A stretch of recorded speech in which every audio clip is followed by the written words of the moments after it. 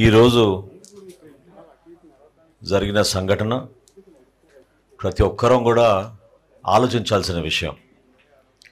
రాజకీయ వ్యవస్థలో సహజంగా ఒక రాజకీయ పార్టీ అధ్యక్షుడు పర్యటించినప్పుడు స్థానికంగా ఉన్న సమస్య పైన అవగాహన తెచ్చుకొని రైతులకి మేలు చేసే విధంగా వ్యవహరించాలి తప్ప మనం ఎవరో ఊహించని విధంగా కష్టపడి పంట పండించిన ఆ సరుకుని రోడ్డు పైన పోసేసి దానిపైనే వీళ్ళు కార్లు తోలుకుంటూ పోతున్నారంటే అంతకన్నా దుర్మార్గం ఏముంటుందో ఆలోచించాలి. మొన్న ఒక కుటుంబాన్ని పరామర్శించడానికి వెళ్ళినప్పుడు మనుషులను తొక్కేశారు. ఈరోజు రైతులను పరామర్శించడానికి వెళ్ళినప్పుడు కష్టపడి పండించిన ఆ తోటపరి మామిడికాయల్ని కావాలని ఇప్పుడే వచ్చిన సమాచారం ఏంటంటే దేవేంద్ర అనే ఒక అడ్వకేట్ తుమ్మలపాలెం నుంచి ఈ 5 లోడ్ల ట్రాక్టర్ సరుకు అక్కడ లోడ్ చేయించి దీనికి ఒక రిహర్సల్ చేసి జగన్మోహన్ రెడ్డి గారి వాహనం వచ్చినప్పుడు నా ఇన్స్ట్రక్షన్స్ మేరకు ఇవి రోడ్డు పైన మీరు వేయాలని చెప్పి 2 ట్రాక్టర్ డ్రైవర్లు AP03 TB54332 మొయ్యుద్దీన్ అక్బర్, అదేవిధంగా AP03AA2313 ఉదయ్ కుమార్ కిలారి, వీళ్ళిద్దరు కూడా పోలీస్ కస్టడీలో ఉన్నారు. వాళ్ళు ఒప్పుకున్నారు.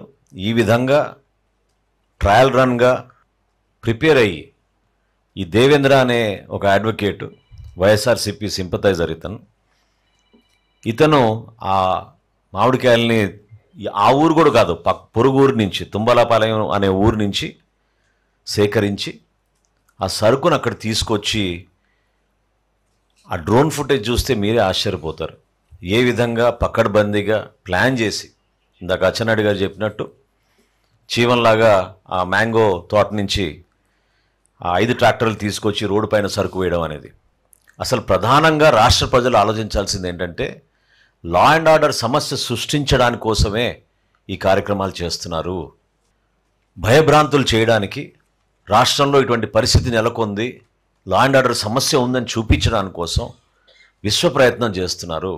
ఇంత భారీ స్థాయిలో ప్రజలు మమ్మల్ని ఎన్నుకొని కూటమి ప్రభుత్వానికి విజయం అందించింది ఒక మంచి పరిపాలన అందించడానికి, సమర్థమైన నాయకత్వంతో ఏ సమస్య వచ్చినా కూడా దాని గురించి పరిష్కారం కోసం అందరికన్నా ముందే రియాక్ట్ అయ్యి మంత్రులు అందరం గౌరవ ముఖ్యమంత్రి గారి ఆధ్వర్యంలో రైతుకి ఎక్కడ కూడా కష్టం ఉండకూడదు అనే ఆలోచనతో ఎప్పటికప్పుడు ముందుకెళ్తున్నాం. ఈరోజు పోలీస్ అధికారుల పైన కూడా ఏ విధంగా రెచ్చగొట్టి మాట్లాడారో మీరు చూస్తారు ఇప్పుడు వీడియోలో. అక్కడున్న డిఎస్పి గారు శ్రీనివాస్ అనే అతను కింద పడిపోతే ఆయన్ని తొక్కి వీళ్ళు ముందుకు వెళ్ళిపోయారు, గాయాలైనాయి. ఆంధ్రజ్యోతి ఫోటోగ్రాఫర్ని ఏ విధంగా వీళ్ళు ప్లాన్గా ట్రాక్టర్లు తీసుకొచ్చి ప్రిపేర్ అయ్యారో ఆ ఫోటోలు తీస్తుంటే అతని పైన దాడి చేశారు. కేవలం రెచ్చగొట్టడానికే కాలు తీసేస్తాం, చేయి తీసేస్తాం. అసలు ఆ భాష వింటుంటే రాజకీయ వ్యవస్థలో మనందరం కూడా తలదించుకునే విధంగా వ్యవహరిస్తున్నారు. ఇది చాలా పొరపాటు. ప్రజా సమస్యలపైన మీరు పోరాడండి. గతంలో పవన్ కళ్యాణ్ గారు ఇదే చిత్తూరు జిల్లాలో మదనపల్లిలో టొమాటో రైతుల గురించి వైఎస్ఆర్సీపీ ప్రభుత్వ హయాంలో వెళ్ళినప్పుడు ఆ రోజు కూడా అంతే హార్స్లీ హిల్స్ పైన నిర్బంధించారు, మమ్మల్ని బయటికి రానివ్వలేదు. చివరికి మార్కెట్ యార్డ్ దగ్గరికి వెళ్తా ఉంటే వెళ్ళనీయకుండా రోడ్డు దగ్గరనే రైతుల్ని కలిసాం, పరామర్శించాం. కానీ కావాలని ఇట్లా కొనుగోలు చేసి మరి సరుకును తీసుకొచ్చి రోడ్డు మీద పాడేసి దానిపైనుంచి వీళ్ళు వాహనాలు తొక్కించుకుంటూ వెళ్తున్నారంటే ఎంత ఎంత ఉన్మాదులో మనం ఆలోచించాలి. దయచేసి రాష్ట్ర ప్రజలు నేను కోరుతున్నాను, ప్రభుత్వం ఎప్పుడు మీకు అండగా నిలబడుతుంది. లా అండ్ ఆర్డర్ ఎట్టి పరిస్థితుల్లో మెయింటైన్ చేయాలి. పోలీస్ యంత్రాంగాన్ని గౌరవించాలి. స్థానికంగా ఉన్న సమస్యలపైన ఖచ్చితంగా ఒక ప్రతిపక్ష నాయకుడిగా మీరు మాట్లాడితే మీరు మాట్లాడండి, వేదికలు ఉన్నాయి, దానికి ప్రభుత్వం స్పందిస్తుంది. అంతేగాని ప్రజల్లో ఒక భయభ్రాంతులైన వాతావరణం సృష్టించి రెచ్చగొట్టి ఇబ్బంది పెట్టాలి ప్రభుత్వాన్ని కేవలం లా అండ్ ఆర్డర్ సమస్య పైన తీసుకెళ్తే రేపటి రోజున ఈ సమస్యని మరింత తీవ్రంగా తీసుకెళ్ళగలుగుతామనే ఆలోచనతో వీళ్ళు చేస్తున్న దుర్మార్గమైన ఆలోచన. ఇది ప్యూర్గా ఆర్టిఫిషియల్ క్రియేషన్. 90% ఆల్రెడీ కొనుగోలు జరిగిపోయింది. ఆర్టిఫిషియల్గా క్రియేట్ చేశారు ఈ సమస్యను. దీన్ని ప్రతి ఒక్కరూ గమనించి ఎటువంటి వ్యక్తిత్వం వీళ్ళకు ఉందో మీరు అర్థం చేసుకోవాలి. ఎంత దారుణంగా వ్యవహరించారో.